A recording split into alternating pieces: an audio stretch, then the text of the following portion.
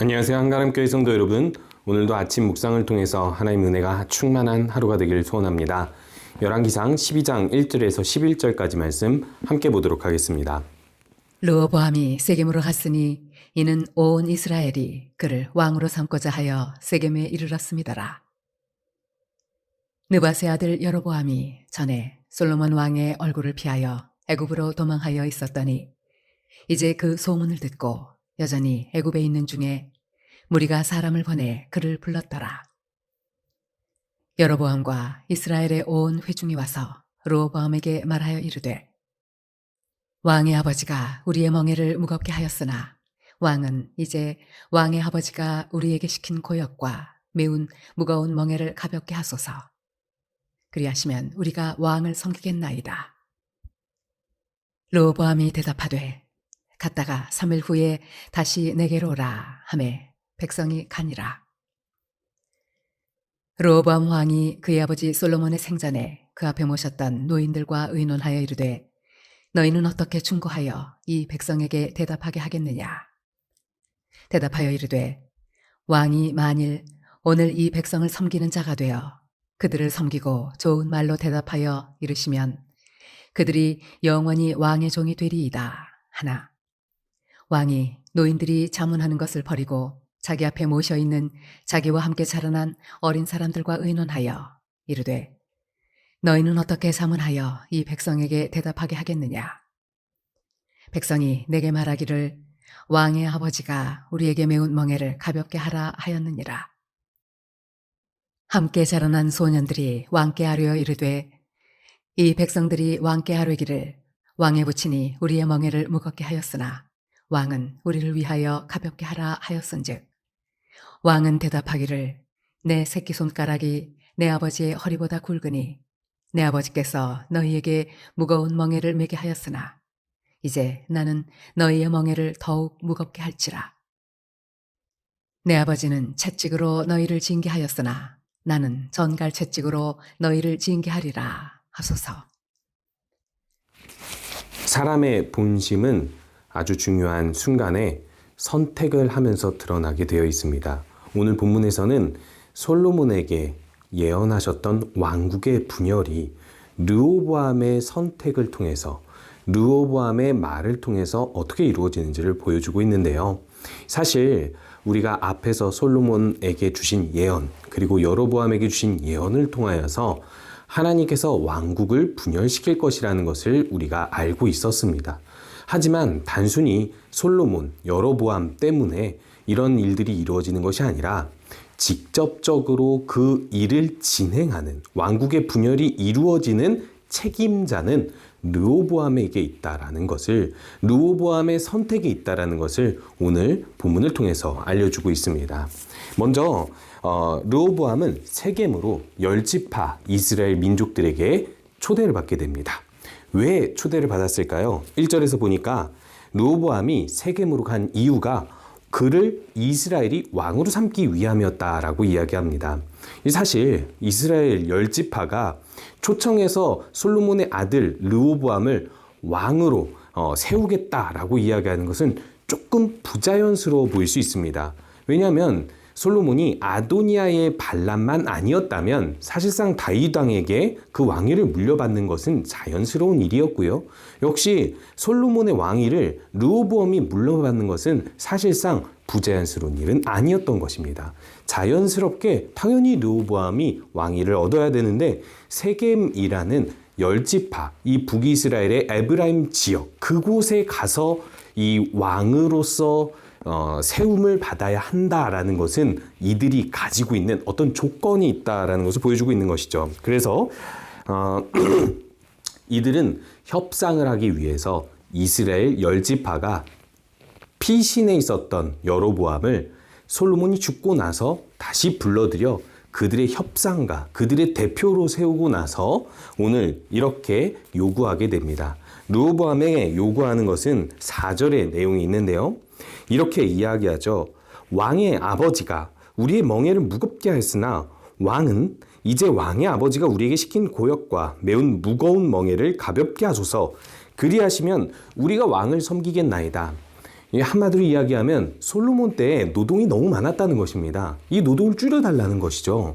우리가 잘 알다시피 솔로몬은요, 여러 성을 건축하고 성전도 건축했습니다. 자신의 궁전 그리고 성전 합하면 20년이고요. 그 뒤에 그 주변에 있는 밀로를 건축할 뿐만 아니라 여러 가지 성읍들을 다시 정비하고 세우고 그리고 무역을 하기 위한 에시온 게벨이라는 항구도 개발하고 그 밖에 여러 성읍들을 건축하면서 이쪽 북쪽 이스라엘의 지역도 하솔, 무깃도 등의 성읍들을 재정비하고 세웠던 것이죠. 그런데요, 우리가 생각해 볼 게 있습니다. 과연 이들은요, 북쪽 이스라엘의 지역에서만 일하고 그곳에 있는 성읍만 정비했을까요? 이 대부분의 작업들이 남유다 쪽에서 일어나고 있기 때문에 사실상 성전이 있고 왕이 있는 곳이니까 모두가 그곳으로 와서 노역을 감당해야 되는 것은 당연한 것임에도 불구하고 이 남유다로 이동을 해서 노동을 하는 것은 사실상 북쪽 이스라엘 지파 입장으로서는 너무나 멀고 더 힘들고 어찌 보면은 같은 지파가 아니기 때문에 조금의 이질감을 가졌을 수도 있습니다. 물론 그 내용에 대해서는 자세하게 나오지는 않습니다. 어찌됐든 이들은 마치 다른 민족인 것처럼 조건, 협상을 걸고 당신이 왕이 되려거든 솔로몬 때 있었던 그 노역을, 그 노동을 조금 가볍게 해달라고 요구하고 있는 것입니다. 이것은 정당한 제안으로 보여지고 또한 르호보암도 아주 간단하게 오케이, 내가 왕으로서 그런 일들을 해주겠다 하면 될 일이었습니다. 그런데요, 르호보암은 이렇게 반응하고 있습니다. 5절에 보니까 갔다가 3일 후에 다시 내게로 오라. 그때 대답해 주겠다라고 이야기하는 것이죠. 왜 3일 후에 대답하겠다고 이야기하는 거죠? 누구라도 이런 상황에서 눈치챌 수 있는 일입니다. 르호보암이 이 제안을 쉽게 받아들이지 못하거나 이 제안 때문에 기분이 상했다고 볼 수 있는 것이죠. 르호보암 입장에서 다시 생각해 보면 이 제안은 무엇을 이야기하는 걸까요? 누구나도 당연히 알다시피 솔로몬은 지혜의 왕이었고 평화의 왕이었고 그 업적은 사실상 이스라엘 왕국에서 최고의 업적을 가지고 있습니다. 솔로몬에 비해서 르호보암의 실력은 어땠을까요? 왕으로서 정치력, 지혜, 이 모든 것들 뛰어나기가 어렵겠죠. 솔로몬보다 뛰어나기는 어렵겠죠. 그런데요, 지금 솔로몬보다 뛰어나지 않은 왕이 됨으로 인하여서 노동량이 솔로몬의 때와 같다면 이것은 그들 입장에서는 어떻게 여겨지는 것일까요? 솔로몬처럼 좋은 성과, 좋은 일들, 더 발전하는 일들이 있는 것이 아닌데 그만한 왕도 실력도 안 되는데 르호보암이 왕이 되면 똑같이 노동해야 된다? 이것은 그들에게 있어서 부당하다고 느껴질 수 있는 것이죠. 그래서 이들 입장에서는 정당한 제안이지만 르호보암 입장에서는 기분이 나쁠 수 있는 것입니다. 르호보암 입장에서는 이렇게 생각할 수 있죠. 내가 아버지만 못하기 때문에 이들이 나의 권위를 아버지만 인정해주지 않는구나라고 생각할 수 있다는 것입니다. 사실상 이들의 제안은요, 솔로몬이 살아 생전에 했다는 기록이 없습니다. 이들은 솔로몬이 살아 생전에 분명히 힘들었고 너무나도 힘들어서 이 제안을 하지만 솔로몬 때 하지 않고 르호보암 때 합니다. 그것도 왕을 할 수 있는 조건을 협상해 가면서 말이죠. 이 자체가 르호보암에게 있어서는 이 상당히 열등감을 일으킬 수 있는, 그리고 또 자신의 권위를 잃어버린다고 생각할 수 있는, 어떻게 보면은 자신의 리더십을 잃어버릴 수 있다라는 위협 불안감을 가지고 받아들일 수 있다라는 것이죠. 그래서 르호보암은 이 신하들을 초청해서 이것에 대해서 어떻게 대답해야 될지를 물어보려고 합니다. 이 르호보암이 자신의 리더십을 살리기 위해서였는지 아니면 기분이 나빠서였는지는 정확히는 알 수 없어도 먼저 솔로몬의 신하들을 부르게 됩니다. 우리들은 잘 알고 있죠. 솔로몬의 신하들의 조언을 받았음에도 불구하고 그들의 조언을 물리치고 자기 또래의 신하들에게 그 조언을 구해서 그것을 듣게 됩니다. 그런데요, 우리가 주목할 사실은요, 먼저는 솔로몬의 신하들을 불렀다는 사실입니다. 자신의 또래에 있는 신하들보다 먼저는 나이가 있는 솔로몬의 신하들을, 그들의 지혜를, 그들의 때를 인정해주고 있다는 거예요. 그런데요, 르호보암이 이들의 요구를 물리친 이유가 이들이 요구한 내용에 있습니다. 이렇게 이야기합니다. 7절에서 솔로몬의 신하들이 조언을 하죠. 왕이 만일 오늘 이 백성을 섬기는 자가 되어 그들을 섬기고 좋은 말로 대답하여 이르시면 그들이 영원히 왕의 종이 되리이다. 틀린 말 없죠. 사실상 처음 왕이 될 때 조금 낮은 자세로 말 그대로 솔로몬만큼 능력이 뛰어나거나 그보다 더 뛰어나지 않는다면 내가 아버지만 못하다고 생각하면 처음 왕이 될 때 조금 낮은 자세로 섬기는 자세로 그렇게 협상해 주면 왕을 영원히 지킬 수 있을 것이다. 왕위를 이렇게 조언을 해준 것입니다. 틀린 말 아닙니다. 이거 받아들이기 어렵지 않습니다. 근데 르호보암은 이 말을 물리칩니다. 자신이 왕으로서 어떻게 잘 왕위를 지킬 수 있느냐 보다 르호보암이 듣고 싶은 말은 그런 말이 아니었던 것이죠. 자신의 권위를 세우고 자신의 뜻을 관철시킬 수 있는 말이 필요했던 것 같습니다. 그래서 이들의 조언을 물리치고 8절에 보니까 노인들이 자문하는 것을 버리고 어린 사람들과 의논하여 9절에서 보니까요. 이들에게 이렇게 질문하게 됩니다. 그들이 솔로몬이 지웠던 그 모든 멍에를 가볍게 하라고 요구했는데 어떻게 대답하면 좋겠느냐? 라고 질문하니까 10절에서 이렇게 대답하죠.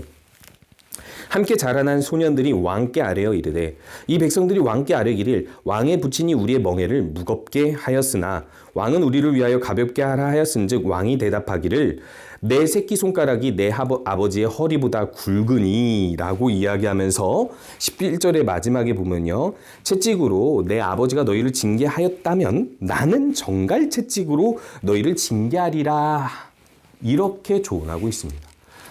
이 조언의 의미가 뭐죠? 너희들 지금 솔로몬의 아들이라고 나를 이렇게 지금 무시하나 본데 나는 솔로몬보다 더 강한 권위와 힘을 가지고 너희들을 대하는데 내가 내 새끼손가락이 아버지의 허리보다 굵으니 내가 너희들에게 더 많은 노동을 시키겠다라는 뜻입니다. 더 많은 그 노동을 지우면서 그렇게 이야기하죠. 보통 채찍이 아니라 정갈 채찍으로 너희를 징계해서 내 힘, 내 권위가 얼마나 대단한지를 보여줄게. 한마디로 이야기하면 까불지 마 이렇게 이야기하는 거죠. 너희들 지금 나한테 조건을 걸고 왕이 협상을 하려고 해? 까불지 마. 나는 지금 엄청난 군사력 지녔어. 솔로몬 아들이야. 내가 받은 이 권위 엄청난 거야 하면서 이 권위 있게 말하는 법을 조언해 주죠. 이것은 미련한 말임을 우리는 잘 알고 있습니다. 그런데 왜 이들은 이렇게 대답했을까요? 르호보암이 왕위를 영원히 지키기 원해서요? 아니요. 우리 주변에 이런 악하고 미련한 조언을 하는 사람들의 특징이 있습니다. 나에게 유익한 말을 하지 않습니다. 내게 기분 좋은 말을 해서 나에게 점수를 따서 그들이 이익을 얻으려고 하는 계략이 있는 거예요. 이들에게 있어서 왕국이 분열되고 그 르호보암이 왕이 되고 말고 이런 것보다 더 중요한 사실은 자신들이 이 르호보암의 신하로서 인정받고 더 그 자리를 잘 지킬 수 있느냐가 중요한 것이죠. 르호보암은 자기가 듣고 싶었던 말이 이것임을 인정하게 됩니다. 그리고 이렇게 백성들에게 말하여서 결국에는 10지파 백성들에 대한 리더십을 잃어버리죠. 참 재밌습니다. 자신의 리더십이 깎였다, 자신이 조금 무시받았다고 생각해서 더 엄하게 행동하고 말했던 것이 오히려 완전히 리더십을 잃게 만드는 결과를 얻게 된 것입니다. 그런데요, 여기서의 핵심은 사람들 앞에서 겸손하고 말고 자기 감정을 통제했느냐 안 했느냐가 중요한 게 아니라 여기서의 핵심은 솔로몬이 처음 왕이 될 때와 비교하면 무엇이 드러나는지 알 수 있습니다. 솔로몬이 처음 왕이 될 때 하나님께 왜 지혜를 구했죠? 하나님께서 주신 이 백성들을 잘 재판해서 하나님 나라로 잘 가꾸고 싶은데 자신이 능력이 없다고 겸손하게 나아갔습니다. 난 부족하니 하나님이 도와주세요라는 겸손한 자세였어요. 그런데요, 르호보암은 반대죠. 난 아버지한테 받은 권위가 있고 힘이 있고 군사력이 있고 왕위가 있는데 너희들이 감히 나한테 내 권위를 넘어서려 들어? 너희들 이런 조건 협상 말도 안 돼 하면서 자신이 센 사람임을 보여주려고 했기 때문에 르호보암이 가지고 있었던 본심은 하나님 나라에 관심이 없다라는 것입니다. 자신의 왕위로 자신이 맡은 이 모든 일들을 통해서 자신이 높아지려고 하고 자신이 이 사람들 앞에 어떻게 인정받느냐가 더 중요했던 것입니다. 오늘 본문에서는 르호보암이 조금도 하나님 나라를 걱정하고 하나님 영광을 위하는 그런 생각이나 행동이 보여지지 않습니다. 그저 계속 고민하다가 끝내 듣는 말이 이런 말도 안 되는 권위를 내세우는 그런 태도인 것이죠. 그렇기 때문에 우리들은 함께 돌아봐야 합니다. 우리들도 역시 하나님께서 주신 특권을 내 힘으로 여기진 않습니까?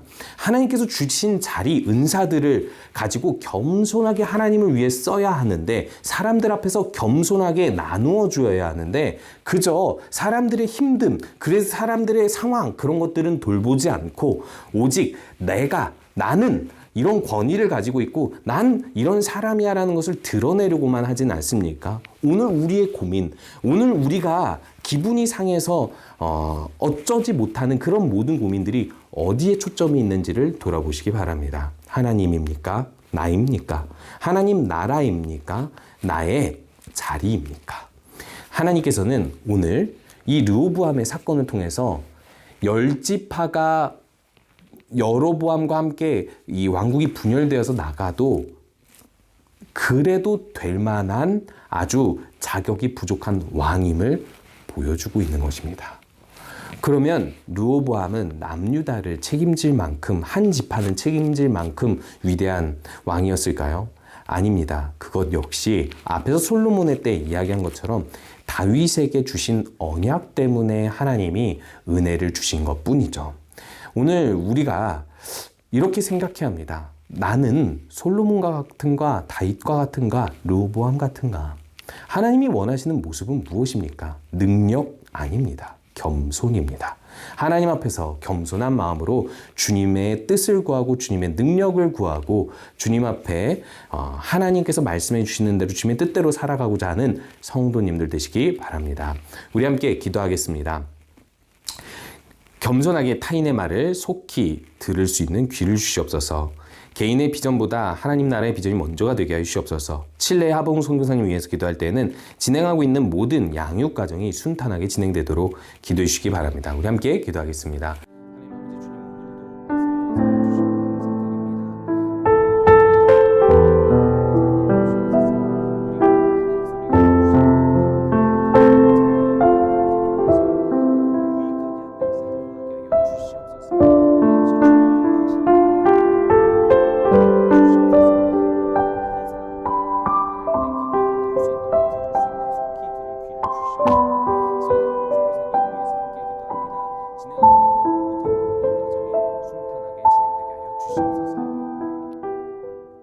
함께 기도하겠습니다.